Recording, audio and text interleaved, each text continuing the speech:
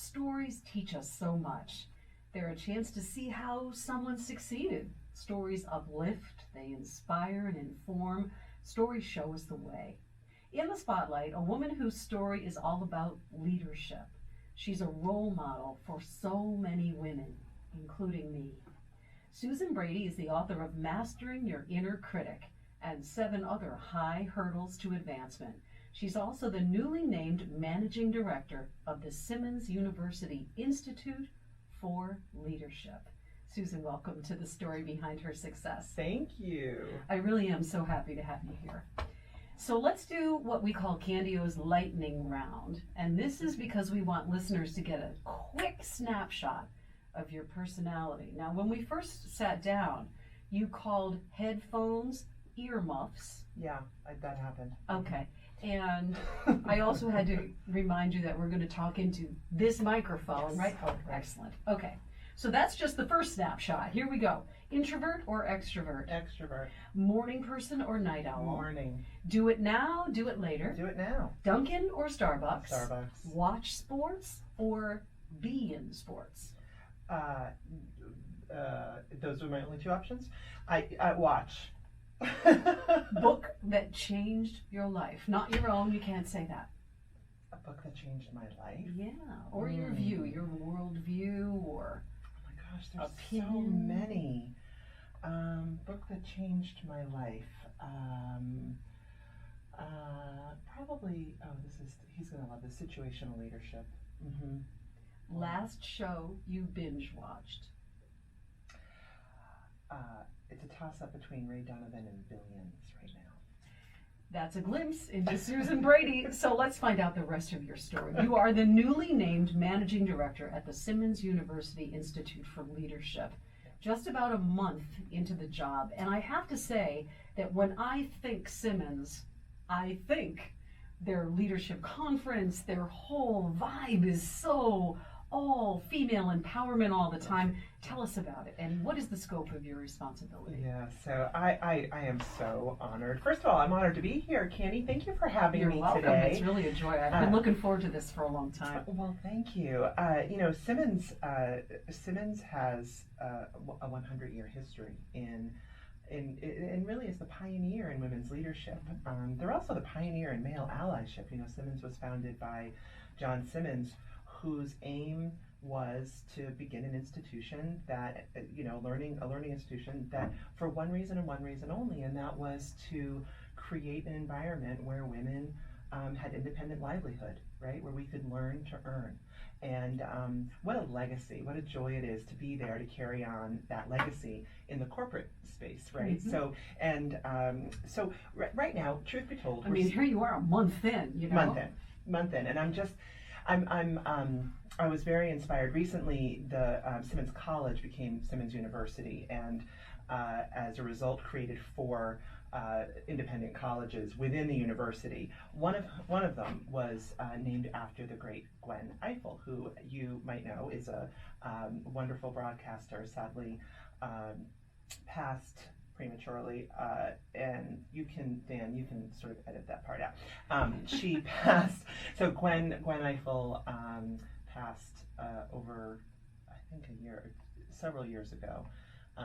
This part I don't know that much about, but anyway, the Gwen Ifill College of Media Arts and Humanities was just birthed about a year ago, and what was so inspiring to me is seeing several of her quotes in this particular college building, one of which has been my guiding light since pretty much the first week. And that is that change occurs through listening, understanding, caring, and conversation. And every day I've gotten up and for the first, it's only been 30 days that I've been on the job, but every day I think about this quote. I have it written down, both at home and at work, because really my job right now, Candy, is just to listen, to understand, to care about the people I'm working with, and to converse with them. There's a whole history, and I'm coming in to run this institute, so. It's so interesting that you should use that as your guide for walking into this job, because the best boss I ever worked for was a guy named Matt Mills. and he's a radio legend. And in his first month, his first 30 days running a big radio group here in Boston, he kept his door open and he did a daily stroll all around the radio station a couple of times just to make friends, just to memorize names, to find out what your wife's name is, what's your husband's name, what's your dog's name, what do you love to do? And that was his way of learning about the culture at the radio station. And it sounds like Gwen Eiffel's advice is working for you too. Well, I'm trying. You know, I can't. I love to ideate. I've got big ideas, and I'm not afraid to, you know, encourage a lot of people to help us bring them to action and to life. And I want to have reverence for all of the wonderful things that have been built before I arrived. So to answer your question, the Institute today is our well-known conferences. So the Simmons Leadership Conference has been around for 40 years. It's the oldest women's leadership conference that I know of, and I've been in this business for half of my life. And so it's an honor. We welcome almost 4,000 women and some men every spring. And then we also have a conference, a leadership conference in Dublin in the fall. This year it's in Dublin, but in November. So this is our third year having an international conference.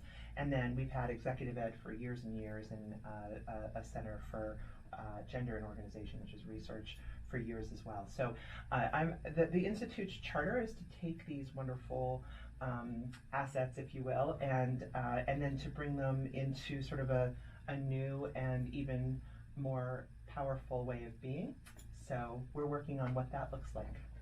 Give me your definition of leadership.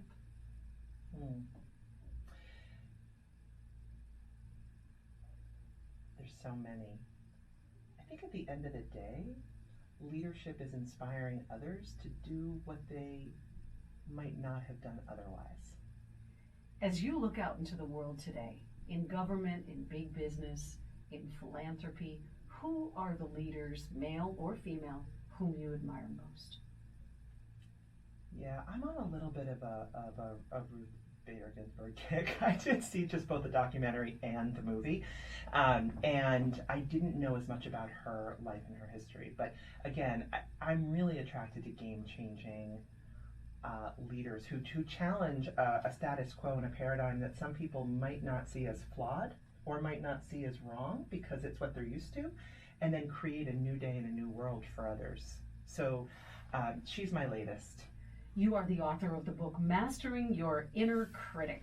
Writing a book is a labor of love. Indeed. It feels like birthing a child, except it's just got pages. And tell me a little bit about the moment that you decided to write this incredible book. Was it a light bulb moment for you? Tell me. Well, it was more like a slow boil. It's funny, I did this sort of backwards. Most people I know have a great idea or do great research, come to a conclusion about some things, decide to write a book, and then get asked to speak about it.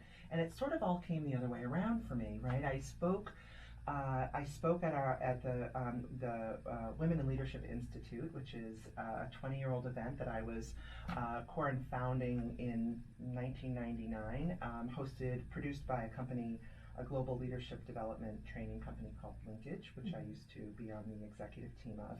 And I spoke 1 year at the encouragement of several of my mentors, and decided to share the story of my inner critic and act it out because I had reconciled, from lots of different life lessons, how to return to a place of worthiness despite my imperfections. And I thought, I bet other women could relate to this. And so I almost started out in front of a big stage and then kind of honed the dialogue over time. By the time I actually got a book contract from McGraw-Hill, I had probably done 300 large keynotes to hundreds of people.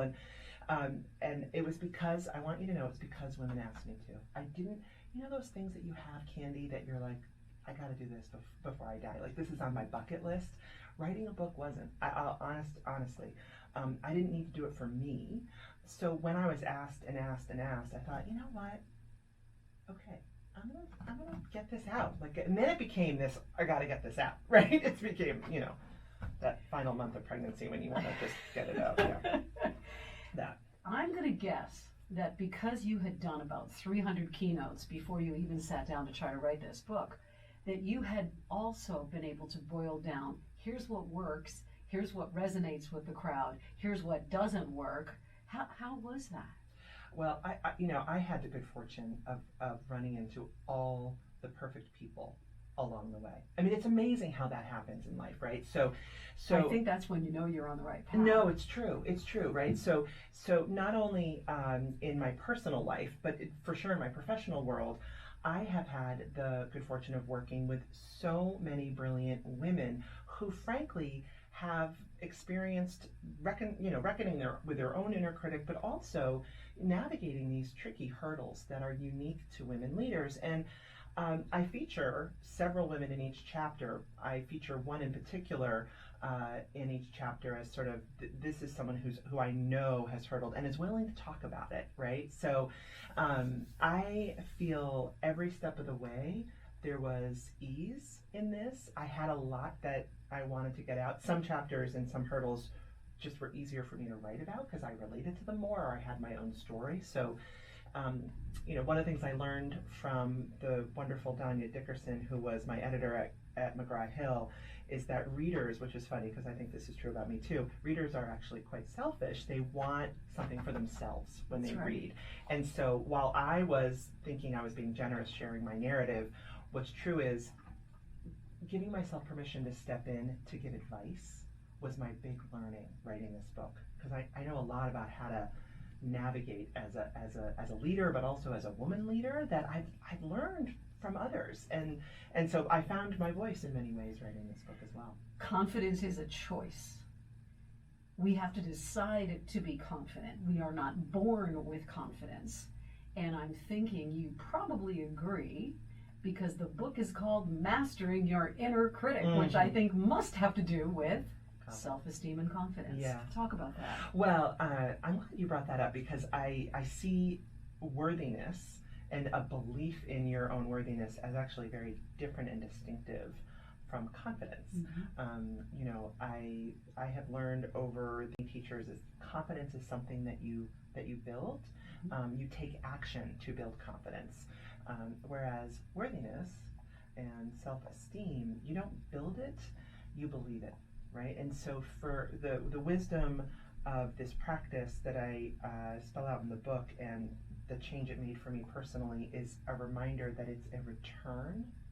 It's a return to feeling worthy, because we're introduced to all the ways we're not quite good enough, or how something out there, could be the holy grail of being enough. Right, that's what we're sold every day of our lives. And so, what if I have a mechanism internally to return to feeling okay, right here, right now, in this body, at this age, with all my imperfections, right? It's relieving. And from there, I lead with this knowingness. And from there, I think, you know what? I want to build some confidence around speaking a different language, or, navigating in a completely different organizational environment, or I'm going to try my hat at maybe even becoming a mom, or having a more serious relationship, whatever it is, right? I've come to believe that as adults, we don't take as many chances as we did when we were children. Things get a little cozy and comfortable, and we are in a space where we're starting to churn it up and we're doing really well, so why don't I just keep doing this? Because it's comfortable. So true. Is that true? Well, it's so funny. It reminds me of what my friend and mentor, Carla Harris, who is just brilliant in every way, has this great quote. She says, most women have a 2-year conversation between their ears before they make a change. And, I'm out to speed that up, right? Although I gotta tell you, I'm not that much faster. I have to think about every possible angle before, I really go for it. The subtitle is The 7 Other High Hurdles to Advancement. Can you walk us through those 7 hurdles? Yeah. By the way, the funny thing about this title is it was I was collaborating with a co-writer, ghost co-writer, who was kind of trying to truncate some of my all my thinking. Which can't be easy, because I know Susan Brady pretty well at yes, this point. and I just have to say, like, in terms of women supporting women, she was fabulous. Her name is Candy as well, and she has a perfect tagline. It's you talk, I write, and I thought we're gonna get along just fine. But I ended up doing a lot of the writing, but then she would be a pre-editor in the whole scheme of things, and we put this up as our initial title. That was just a holder title. And the folks at McGraw-Hill loved it, and I thought it's way too long.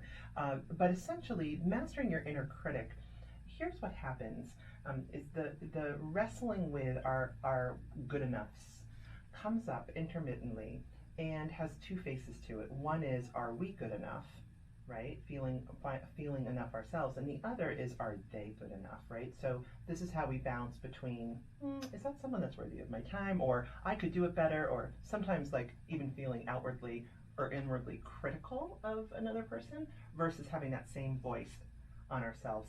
That inner critic gets in our way as we look to scale hurdles. And so the first hurdle of the inner critic almost is the mother of the other 7 hurdles, if you will. But essentially evergreen issues came up, Candy, as I worked with women leaders, with groups, and some of my colleagues at Linkage worked. We polled, we surveyed, we saw hundreds and hundreds and hundreds of women at our conferences, and we learned a whole lot about what they were tripping over on their path to leadership. And it was quite interesting. Some of the hurdles were expected because they've been researched, like negotiating for ourselves.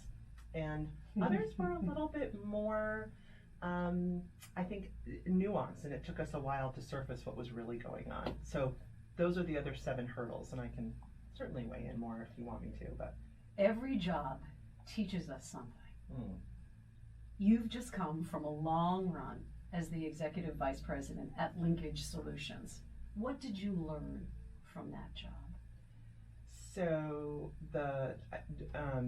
because Dan made the mistake of telling me he's editing, the company's name is Linkage Incorporated. Okay. Not Linkage Solutions. Oh, sorry. Do you want to ask me the question? question I'll ask you that again. Here we go. Ready?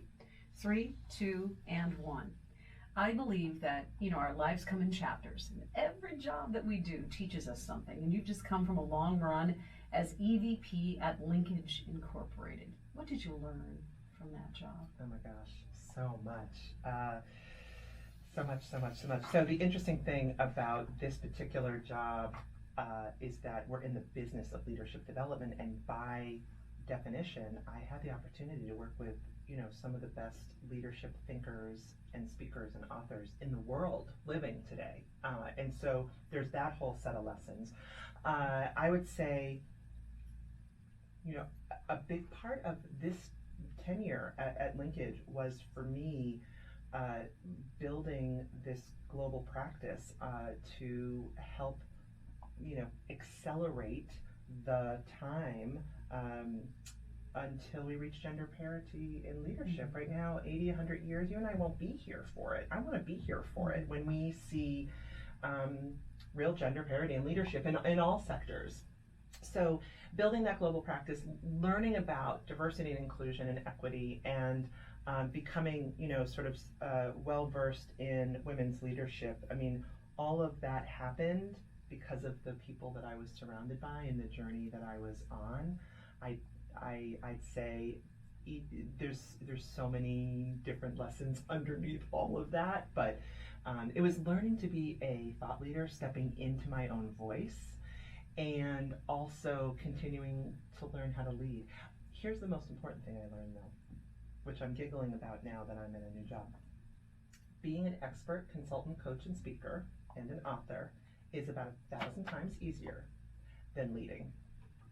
Hats off to every leader out there. Going in and leading is hard work. While you were there, you founded the Linkage Women in Leadership Institute. And I'm wondering if you feel like a trailblazer in creating something like that. Well, so the actual institute, I feel like the hard work was back in 1999. I was at Linkage for 4 years before I came back in 2011 in the late 90s, and that was when we sort of had the corner of the market on all conferences related to HR topics, leadership among them. And I was telling the president and and CEO and gang at the time, at the ripe age of 20 something, 26, 27, that there's a marketplace for women's leadership, and this had been pointed out to me by several mentors who I trusted, and the trailblazer was probably back then, because I was told at first, well, it could be a session at our big leadership event. I said, no, it could be its own thing. Well, maybe it'll be a pre-conference or a post-conference. I'm like, no, it could be its own thing. So I went back, I think 3 or 4 times with different business plans to the executive team saying, no, there is a gap in the market, and I think it's going to be flooded with women's leadership events. We might as well be one of the first among, these are, a broader, deeper conference. And I feel pride about that. Yeah. I have a question to ask as I watch you answer that, and that is, when someone says no to Susan Brady, what happens? You just go back again and again. You wear them down, sister. Give them a little more love, Candy. You know how this works, right? Tell them they're valuable. I mean, I got to tell you, if I have my mind made up about, having someone on the team or needing to connect, you get it done. I'll go for it. What are the key attributes? You've had a chance, as you said, through Linkage and now at Simmons, to work with great people. What are the key attributes of a great leader, Susan? So, I gotta tell you, I'll go back to the Gwen Ifill quote. The leaders worth following that I've seen, first and foremost, really get that leadership is a business of people. It is a relationship. And they care. They care about communicating. They care about transparency. They care about hearing the voices of all the different folks in the room. They care about creating difference, right? So that underrepresented populations get to play and be heard. They create a safe environment. There's a lot of research on psychological safety. That's created by leaders who listen, and leaders who are forthcoming, and leaders who are vulnerable, right? So that, I gotta tell you, you gotta show you care before you expect others to care about your agenda. I'd say that's probably pretty important. Many people think that you need to be an extrovert to be an effective leader. And for the past couple of years, my opinion is changing on that. And I'm coming to understand that the attributes of introverts lend themselves beautifully to leadership because they listen and they balance people. And what do you think? So I will tell you that the extroverts among us, myself included, have a harder time, I think, doing the very things that I just said make for great leadership. So I think I'm on your side here. And the reason why, in our defense, is because oftentimes we like to think out loud. And so in order for us to be present, even with goodwill and good nature, we want to have a verbal sparring of our and experiences. So excited and passionate about it. Yeah, but you know what? Here's what I've learned about my own energy. So I do think I had a great conversation with another mentor friend, Alan Weber, who was co-founder of Fast Company magazine. He's out running Santa Fe, New Mexico now. We had to talk about leadership, and I said, Alan, you've read more. He was also the editor of Harvard Business Review. You've read more about leadership and talked more about leadership, and probably interviewed more people about leadership than anybody living today. What have you learned about leadership? And what is it? And he called it the elusive essence of energy.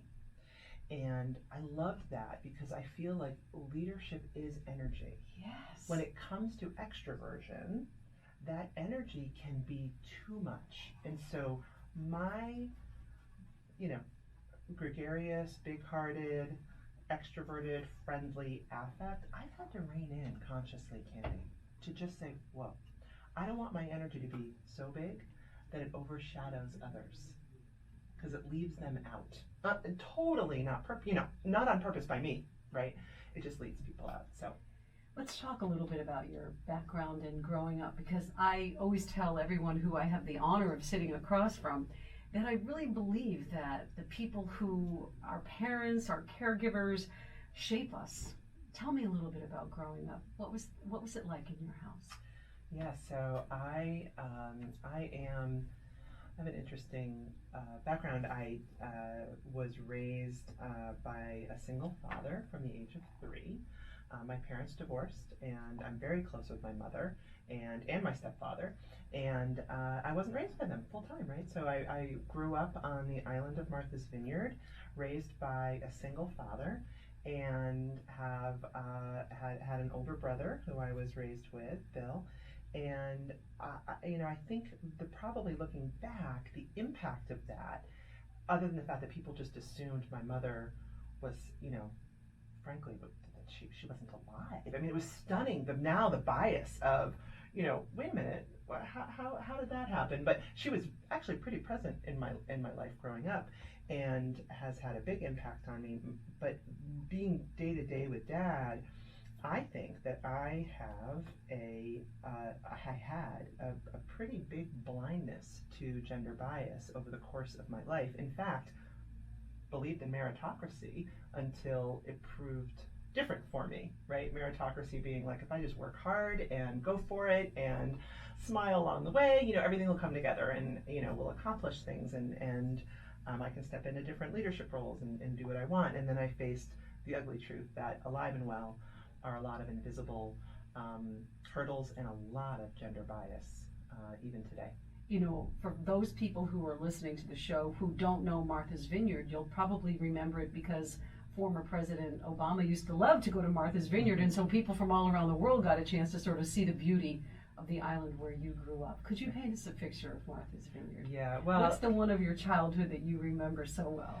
So I'm glad you framed it like that, because the few friends I have on the vineyard now would be quick to tell you, I've lived off island longer than I've lived on. Although when I went off to college, if you're not at home or in your hometown, you're off island, right? That took me a long time to get out of my vernacular. I think that's true for any islanders. So the vineyard in the 70s and 80s was pretty quiet, especially in the wintertime. The population soars in the summer.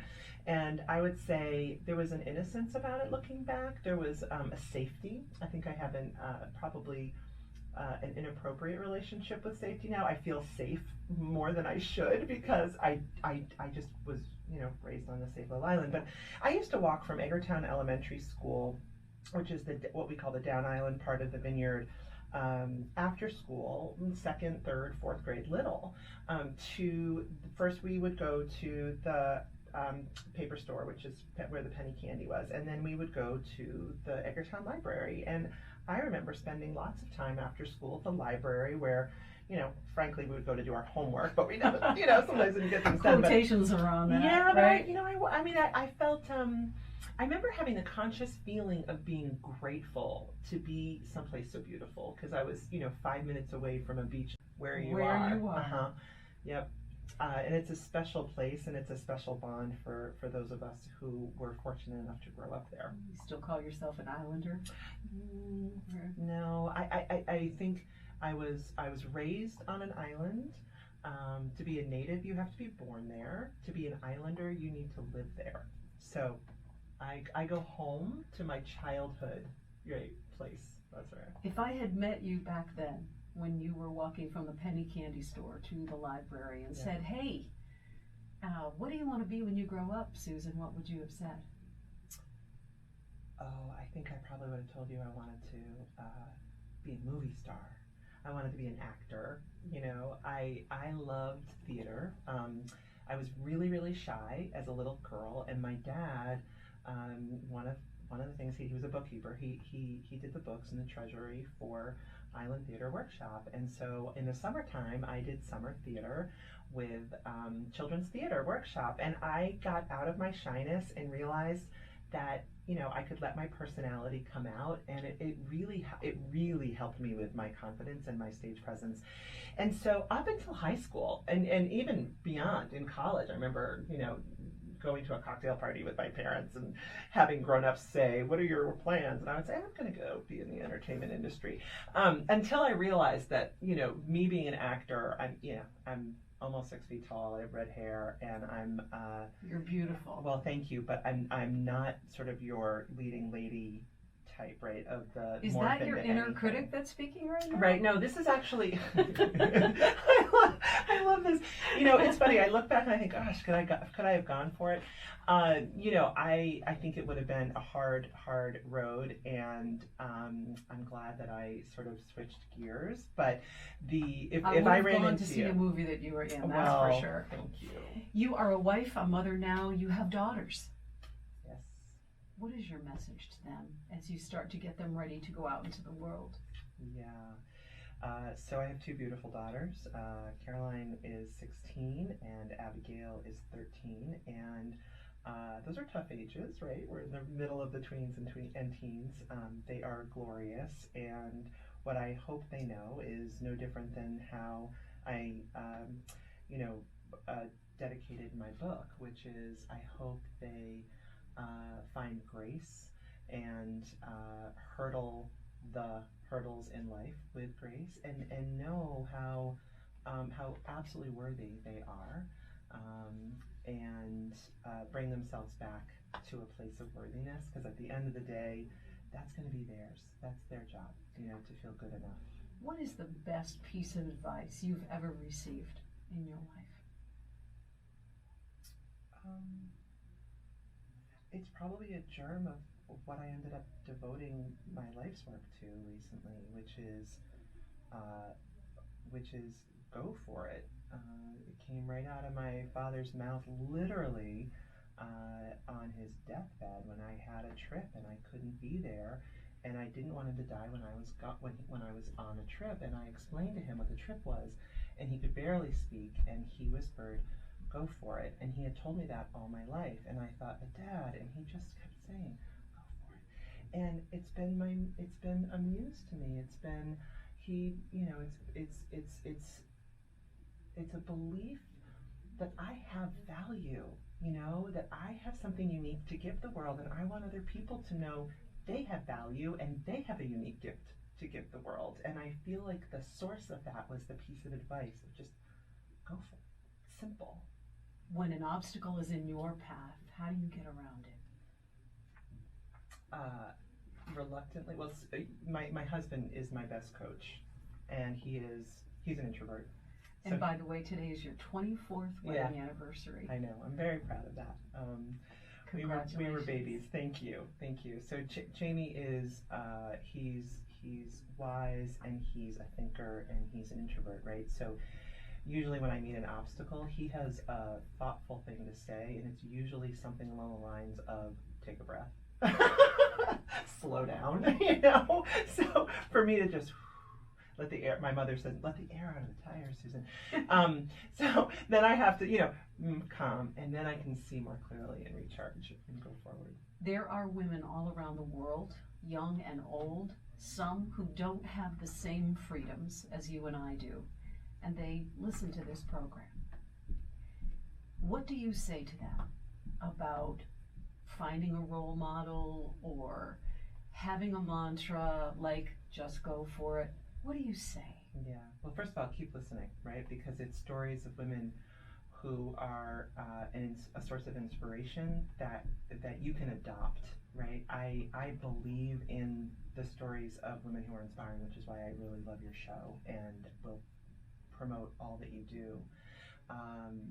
And I would also say, the source of knowingness that you are worthy in the world and that you are on the planet with unique gifts and talents, that whispering can certainly come from others.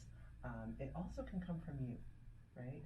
So being able to say the mantra, it's not that you're better or worse than anybody else, it's that you are enough and you matter and you have unique value, and you have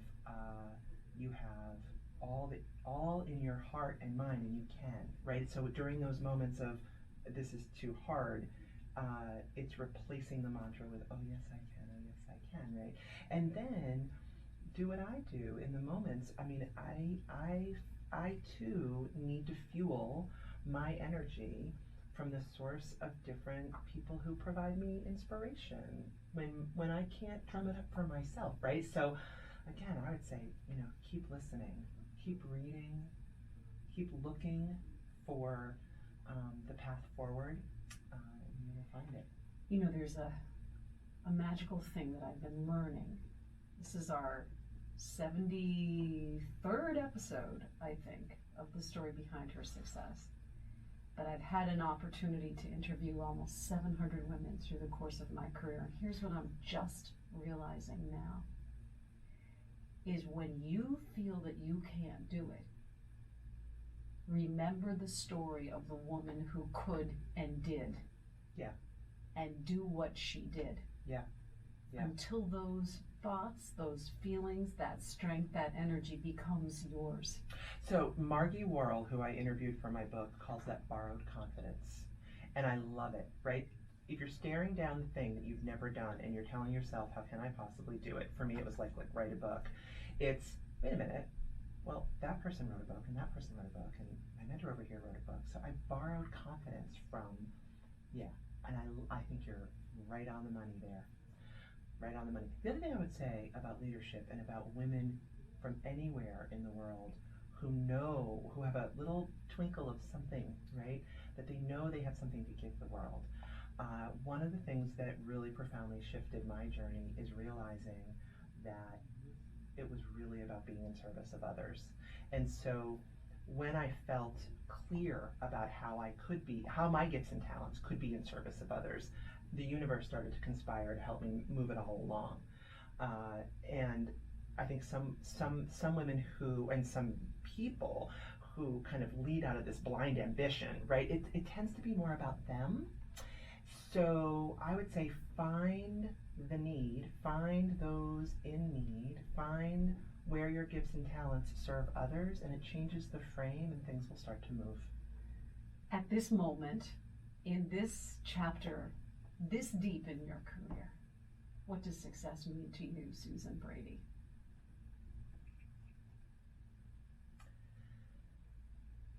At this moment, success to me is being able to be home with my children more. I've traveled all over the world. I've loved my international travel, but to me, success is every moment where I'm consciously thoughtful about what I say and about how others feel in my presence and about the impact that I make. I think success for me has gone from big picture to micro success, and sometimes it's just having a 3-minute heart-to-heart with my 13-year-old. That feels like success. So professionally, Candy, look, I'm not here to play small, and I get that, and I own it, which means I'm looking forward to a moment of getting people from all over the world highly engaged in the conversation to finally right some inequities. And I think the working world is the place to do it, and I think I have a good voice that can bring together men and women to make it happen. So I feel called to do that. I want to thank you so much for sharing so much of your story with me, Susan, and for honestly being one of my role models, for being a real inspiration to me. Susan Brady, thank you so much. Thank you for having me.